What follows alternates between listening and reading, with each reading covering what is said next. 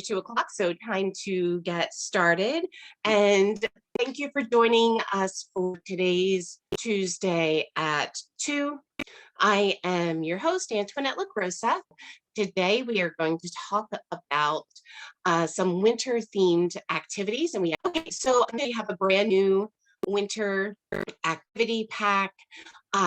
Everyone who is on the session today, I assume that you got the link from sign up to that Tuesdays at 2 audience. So if you're in that audience, this is going to be emailed out after the session to everyone. So there's nothing that you need to do to get it. We do have 3 other winter activity packs that, again, are completely free. There's a winter literature activity pack part 1, winter literature activity pack part 2, as well as a holiday activity pack that holiday pack has a lot of activities in it that are great for just, general winter themed learning. So do check it out. Okay.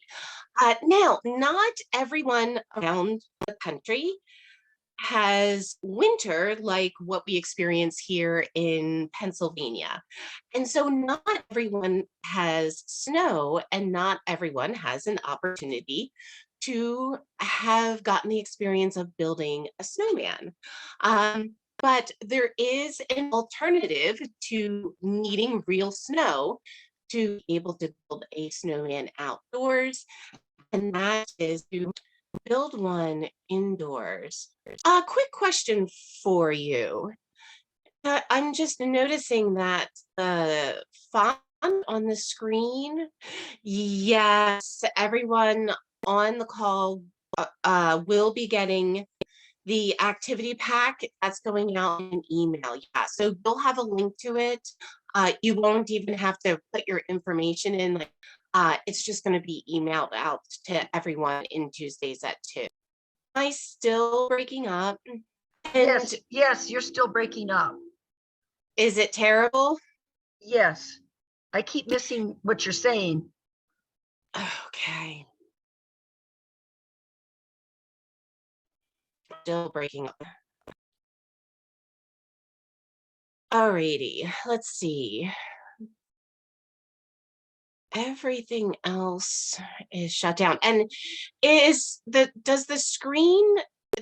font on the screen, I just noticed it's kind of grainy to me. Is it grainy to you? Yes, a little bit. It's readable though. I actually never had the font look like that. Okay, so I think we will just go with it. The text is readable. I tried a couple of things, not snow, to build a snowman. You can have a lot of fun with building an indoor snowman. First thing you need are things for stuffing material: pillows, blankets. You could even use crumpled up newspapers, blown up balloons, and then either pillowcases or white sweats to stuff and create your snowman. The usual winter hat, scarf, gloves for decorating. And you can still use buttons to, make eyes, mouth, nose by using double-sided tape. Empty paper towel tubes, you can use those in lieu of the sticks that you would use outside to pop the gloves on and create hands. Or you could even, if you wanted to get a little craftier, use some Velcro to be able to stack and fix those like that, so that it's a little more sturdy. Another alternative, while you have some white sweats out, to a snowman activity that you can do indoors if you have some space, or you can take this outside, is to do a snowman dress up relay. And again, you're going to use pillows, blankets, paper, or balloons to stuff some either white sweats that the kids wear or something similar to that. That would be loose enough for them to stuff and themselves become snowmen, and use a broom as the relay stick. So that can be a lot of fun too. And again, with those same materials, you know, the hat, scarf, gloves, completing that snowman look. And that's something, you know, if you have space, you can do it inside. But it's also a nice way of getting the kids outside, especially if your kids aren't super crazy about being out in the cold. Uh, that's a fun activity that can spark them to that, even if you don't have snow, to lure them outside to play with. Okay, and speaking of getting outside, let me bring that. Is the signal a little more steady now? Am I breaking up less? Yeah, I don't know why this is just super slow. The slides are moving super slow also. Okay, so speaking of getting outside, if you are fortunate enough to have some snow, you can do snow paint. I saw this on social media and absolutely fell in love with it. Um, it is a new activity for the snow that it, my oldest is 24. And in all the years of having kids, I had never seen this until recently. It is a great winter activity for kids, even if your kids are very little and don't have a ton of art ability, they're still going to have a good time with this. And again, it's something that's going to, you know, spur them to get outside and stay out for a while in that fresh air, getting some sunshine. Now, with Montessori, you can always create baskets to go on a shelf that have the materials for the activities. That's a nice idea to do because then, you know, you can rotate those baskets out and have all of the materials to do something. And then when they are moved to that activity, everything's right there. You can just grab it and go. And this is one of those things, even the indoor snowman, now, because of those items are bulkier, it might be a bin on the floor, but you could assemble all those things and have them in a central spot, so that when the child is led to that, is interested, they can do it. Same thing with the snow painting. You can go ahead and put all of this into a basket. Now, depending on the age of your kids, I may not necessarily recommend having the food coloring in the basket. Again, but completely dependent on the age of your child. But some spray bottles, three or more, it is a nice opportunity to discuss primary and secondary colors. And you can start off with just using, you know, yellow, red, and blue. Depending on how many spray bottles you have, you can then mix colors together. You want to use cold water in the spray bottles because if you use warm, you might accidentally be melting the snow, which is going to create a less than desirable result. You only need a few drops of food coloring into an entire spray bottle. And then optionally, you can also have some small plastic bowls, brushes, and eyedroppers.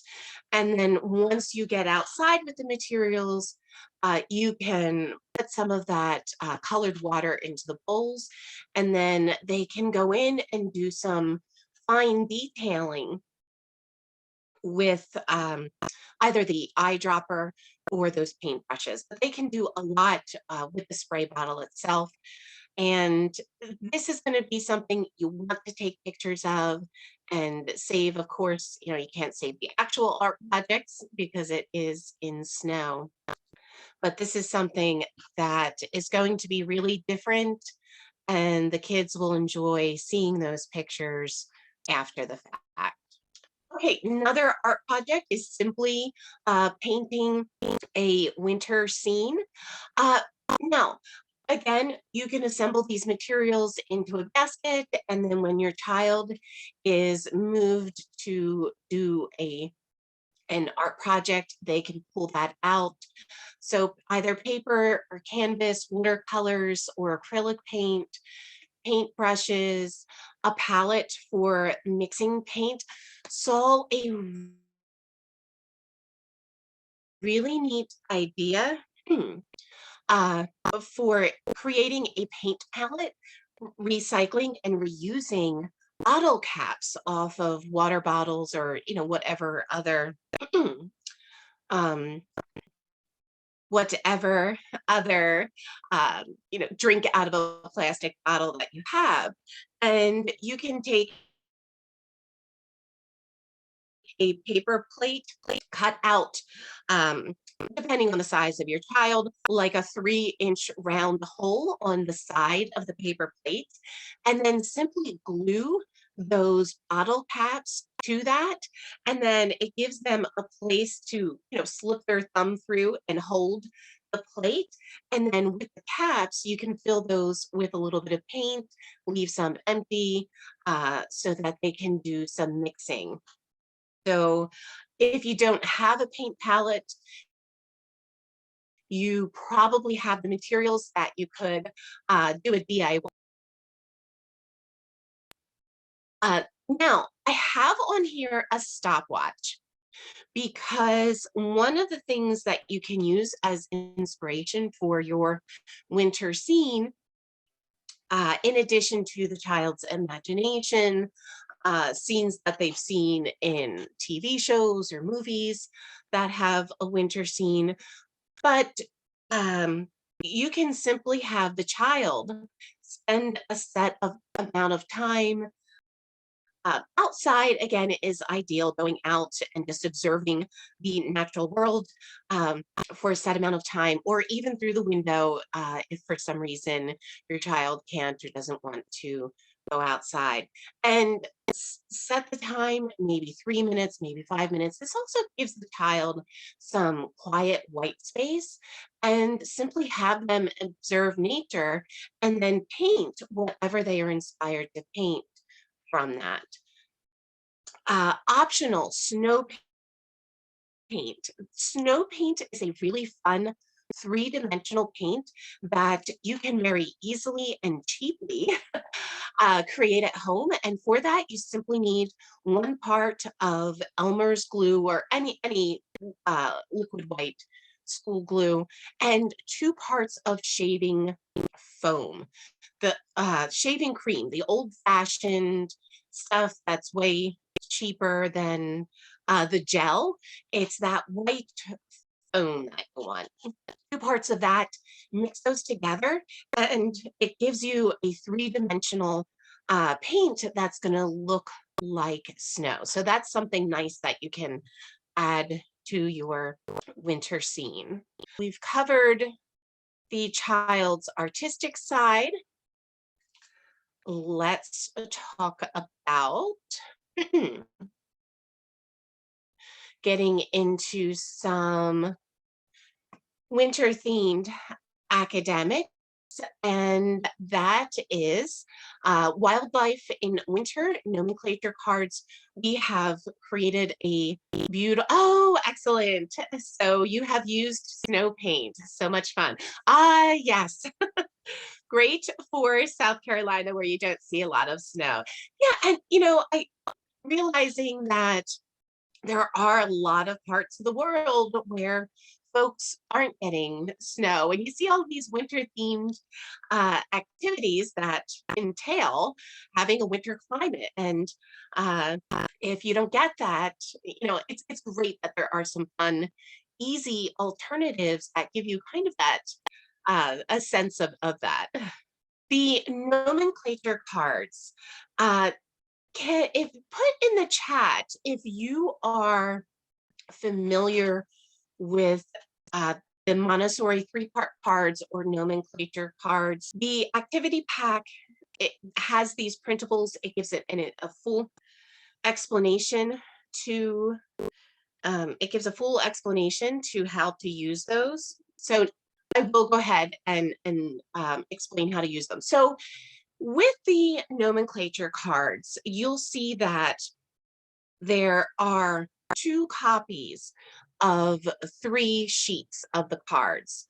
Now, on the one set of cards, you'll see that there is a line between the picture on the card and the word.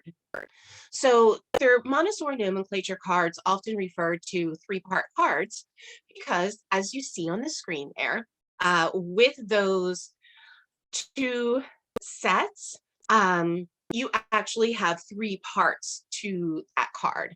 So this one here, where there's no line between the picture and the word, that's known as your picture card or your whole card. And then you are going to cut, or your child is going to cut. You recommend allowing your child to cut it. They may not cut the line exactly. You could always print another set so they can give it another try.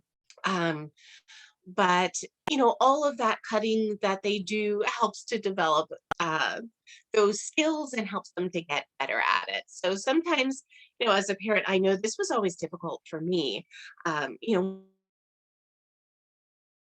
Wanting all of the materials to be absolutely perfect. But do let them cut it themselves. You can always print another set. Do recommend printing these on cardstock as opposed to just plain paper, simply because it's going to be a nicer user experience for you. Okay, so you have your 3 parts. Your whole card or control card. This one with where you're going to cut apart the word from the picture. This is your picture card because it has the picture. And this, you guessed it, is your word card because it has just the word. And then whenever we're working with this material or many other materials with Montessori, you want to work in a left to right, top to bottom sequence. So when we're presenting the cards, we can present that the whole card or your control card and place it on the upper left-hand part of your workspace. And we introduce it using a 3-period lesson. And 3-period lesson, there's information on that in the educator guide section in the front of your math or language arts books. We also have videos on the YouTube channel that go in depth on the 3-period lesson. But you'll first introduce it. This is a bison. And then point to that and give the child a second to let that information sink in. It's great to have lots of pauses when we're instructing our child because it gives them space to really absorb it and potentially come up with questions. Okay, so that's the first one. Generally, we introduce things in new materials in groups of 3. So depending on the age of your child, maybe you start off with 3, or if you have a preschooler or young child for whom the animals would be new things and they're learning to name them. So this is a bison, this is a sled dog, this is an Arctic fox. And then ask the child to point to one of those then. Can you show me the Arctic fox? Can you show me the sled dog? Can you show me the bison? And again, they would be laid down from left to right, just like the way we want our kids' eyes to track when they are reading. So this is a great pre-reading activity. It's also good for that emergent reader who's, further developing that reading skill, because then after we get through this activity, you can use it to practice reading. And then the third part is then you'll point to one of those cards and ask, what is this? And then the child is verbally giving that back to you. And so that, in a little quick summary, is that 3-period lesson to first introduce the cards. And then for those emergent readers, you can then have them match the picture card with the label card, the word card, and set out those picture cards. The label cards go up at the top of the workspace, kind of mixed up, and you can demonstrate taking one of those labels and starting at the left, scanning across that row, trying to find the match. Let's say that the first label we pick out is that Arctic fox. Stopping at the bison, looking, no. Pausing at the sled dog, no, doesn't match. Arctic fox, that goes here. And going down the line with those labels. You can also use these with your older children who are already reading and already know what all of these animals are, although there were some new ones to me as an adult. But you can use these for practicing alphabetizing skills. So take those, the whole card, your control card, and lay them out and ask your child to alphabetize those. So there's a lot you can do with them for multiple ages. You can also print 2 sets of the control cards, that whole card, and use those to create a memory game also. So the 3-part cards are absolutely one of my favorite Montessori materials that you can create at home. We do, by the way, President's Day is coming up. ShillerLearning has a set of US President's nomenclature cards, which are designed to be printed on 3x5 cards, which helps to eliminate the need for some of the printing. So if your printer does that, there's also an alternate printing instructions in case yours does not, but those are available from the website. Okay, awesome. So the nomenclature cards, again, they make a wonderful accent to any homeschool curriculum that you are using. They are, by the way, color coded for the vowels and consonants, like the movable alphabet in our language arts kit A, that is generally going to be pre-K kindergarten, as well as the movable letter tiles that the kids are creating in language arts kit B. So it's that same red for consonants, blue for vowels, helps those vowel patterns really pop out for them. Preschool is generally not going to be alphabetizing, but it really depends on the child. I'd be looking at, for most kids, it's early elementary when they start venturing into alphabetizing. That's a great question. New to preschool, it's an awesome time of life.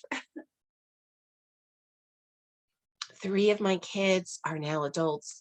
The oldest, they're 24, 22, 20, 16, and 12.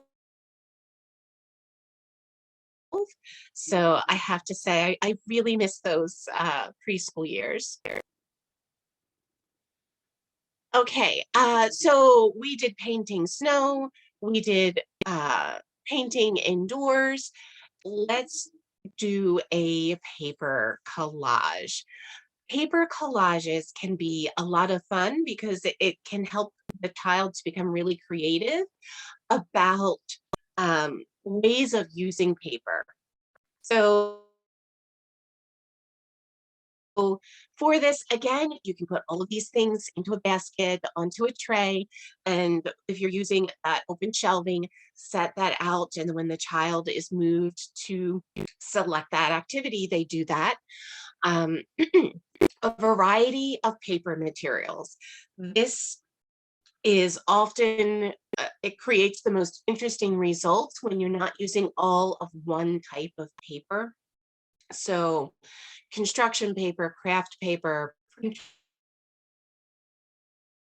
paper, tissue papers, all of that. Some scissors, some glue, and then optional coloring materials. So you can see that some of the detail on here is done with crayons, but they can also do all of it with, oh, they can do all of it with the paper. So they can cut some, they can tear it, they can crumple, and just really get creative with the ways that they are going to do it.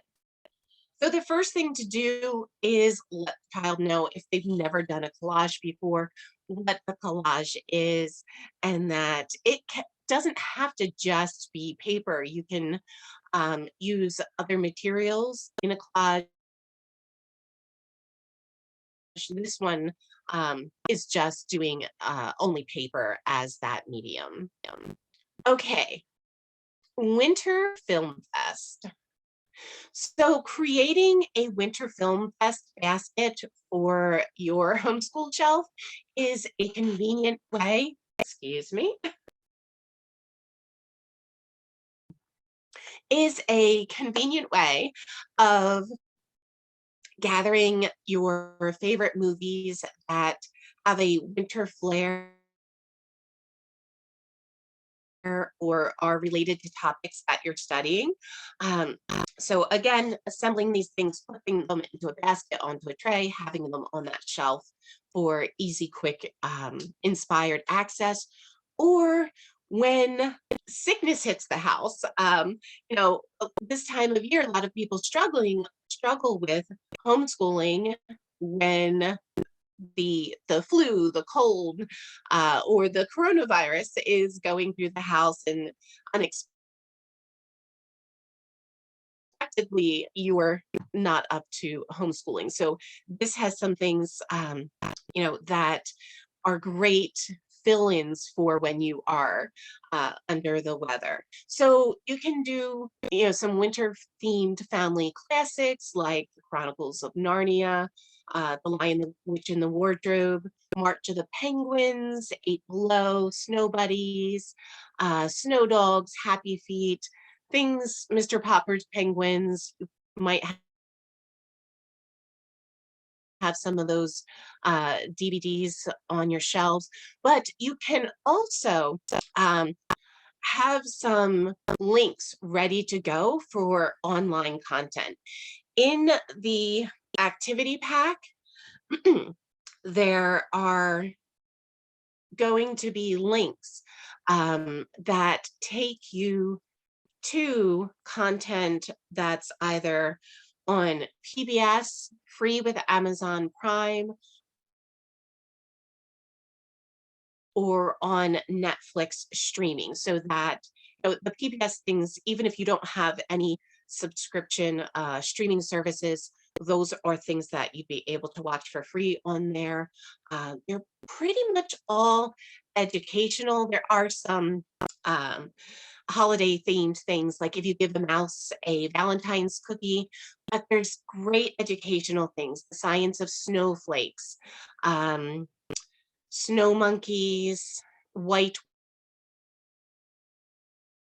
wolves, ghost of the Arctic, around the farm table, thriving in the winter, what's up in space, the solar system for kids, Idaho, the movie, life in Wisconsin, Let It Snow, Winter in the White Mountains. So there's a really nice selection of educational winter themed things that, at a moment's notice, you can just click and boom,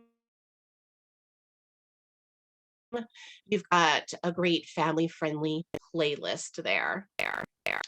And then, along with the movies in the basket, add some bagged popcorn or other dry shelf-stable snacks.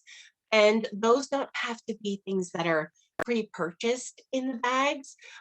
You can air pop the popcorn and just put it in some little Ziploc baggies, press the air out, and that'll stay fresh for a while. Or again, any other dry shelf stable snack. And then it really does make it more of an event for those shows. And then one of the things that we talk about in the activity pack about snow is that the snowflake is one of those fractals that we find in nature.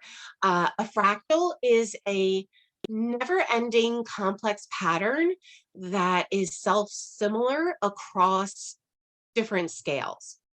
And fractals are created by repeating a simple process over and over again. Nature is full of fractals, and they really make our world beautiful.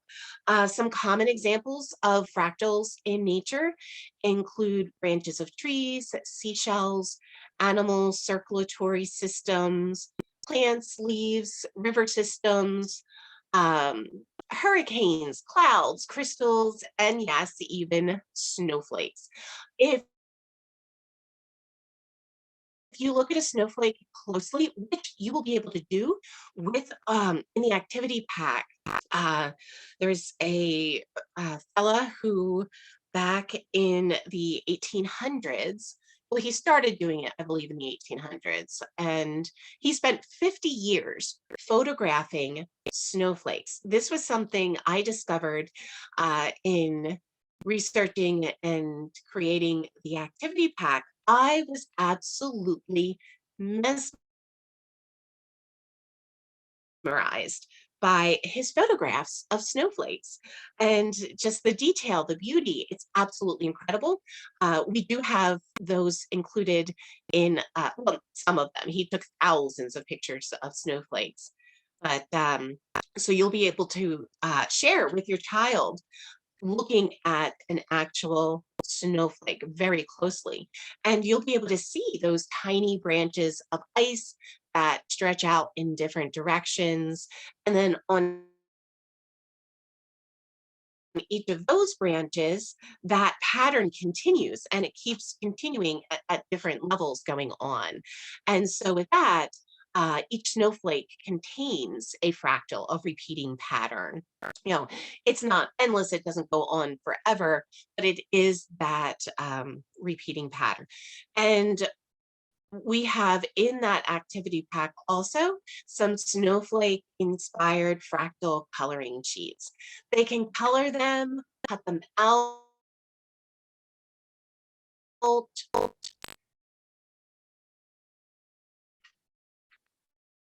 and sprinkle with sugar or salt for a glistening look. So you can paint them with paint or color them. You can also paint them with glue and then sprinkle either that sugar or salt and get a glistening look. You can also experiment with coloring sugar or salt with that food coloring if they want to do different different colors for that, or any combination of those things. But use your imagination. They can have a lot of fun with those